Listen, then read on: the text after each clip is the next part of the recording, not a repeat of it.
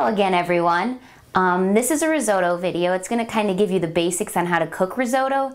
I certainly don't claim to be an expert, and I'm not going to say that I'm cooking this authentically, but I guarantee that it's cheap and it's good. I feel that a lot of people kind of stay away from risotto because they think it's going to be too hard or that they have to watch over it all the time, but that's not true. Risotto is actually fairly simple, and you'll see that after the first time you cook it. It's also very cheap. It's either a side dish or a meal. You can do the whole thing for about under $10, and it's something that people don't really eat very often, so it's really kind of a treat when people do get it. Right now I have my butter melting over medium-high heat.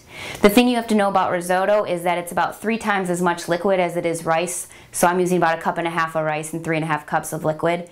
The liquid, you can use water, broth, or stock. Stock is obviously going to give you the most flavor, and then down from there.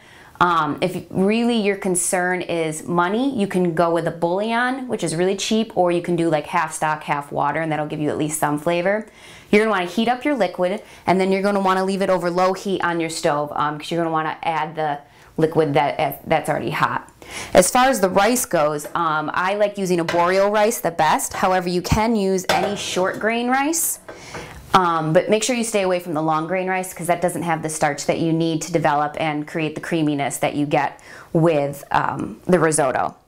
So now I'm just going to add my onions to my butter, and at this point you could also add garlic or any other spices that you would want in it. I don't recommend that you salt and pepper it now. I wait till the very end actually to do that.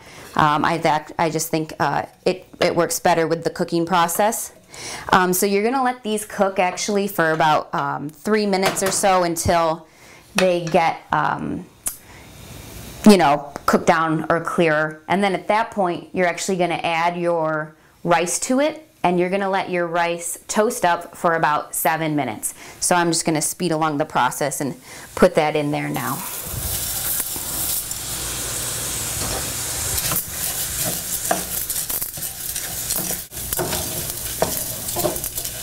Okay, so once your rice has been toasting, at this point you're going to add your alcohol if you want to use it. And now remember, if you don't drink alcohol, the alcohol part will burn off and you'll just be left with the flavor, so you probably do want to use it. And you can use wine or beer, but if you're going to use beer, make sure you don't use a dark beer. And so we add our alcohol and we give it a stir. Anytime you add liquid to risotto, you're going to give it a stir to help it develop those starches. And then we're going to let it sit for a little while and let the rice absorb the alcohol. And it's still over medium-high heat at this point. You do want to come back every couple of minutes and just check on it and maybe give it a stir again. And then just to speed along the process here, we're going to pretend that this alcohol has already been absorbed. So at this point, you're going to add about 1 cup of your liquid, so maybe 2 ladlefuls. And then because we added liquid, we're going to stir. This is what develops the starches in the risotto, slowly cooking it with the liquid and then stirring every time. So if we stir this a little, you don't have to become obsessive over your stirring. You don't have to stand here and stare at it and constantly stir it. Stir it when you first add your liquid. Go do something, either cook more of your meal or clean your kitchen if you're not cooking anything else. And then, check on it a little bit and, maybe give it another stir. It'll be probably at least about 5 minutes every time to wait for the liquid to absorb. Once the liquid has been absorbed, you're going to add 1/2 cup of liquid or about a ladleful and stir again and come back and watch it. And you're going to keep doing that until all of your liquid is gone. Once you start adding your liquid, you want to turn it down to more of a medium or medium-low heat just so it stays on a simmer. And that's about it. It'll take about 30 minutes probably from start to finish.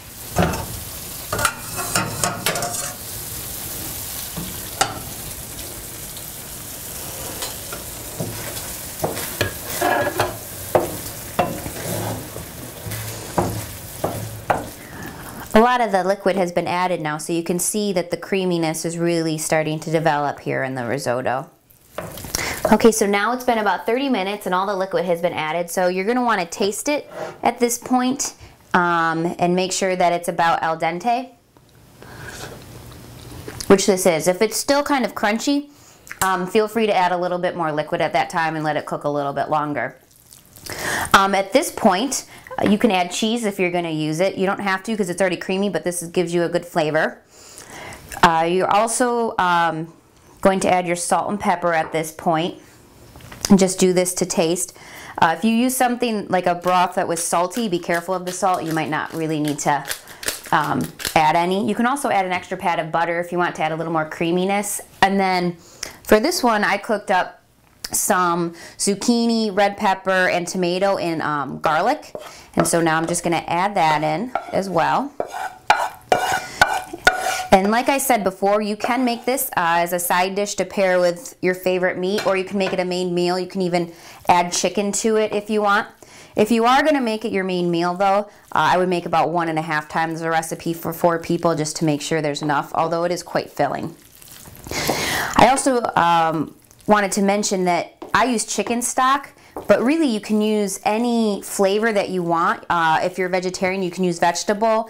The main thing I would say is kind of pair the flavor of your stock with whatever you're going to eat it with. So if you're going to eat it with beef, you might want to use beef stock just to have that little heavier of a flavor in it to go with it. So at this point, we're just going to plate it here.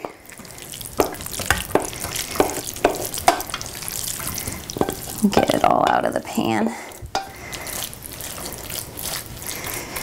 And you can still see the creaminess. The best time to serve the risotto is a couple minutes after it's done.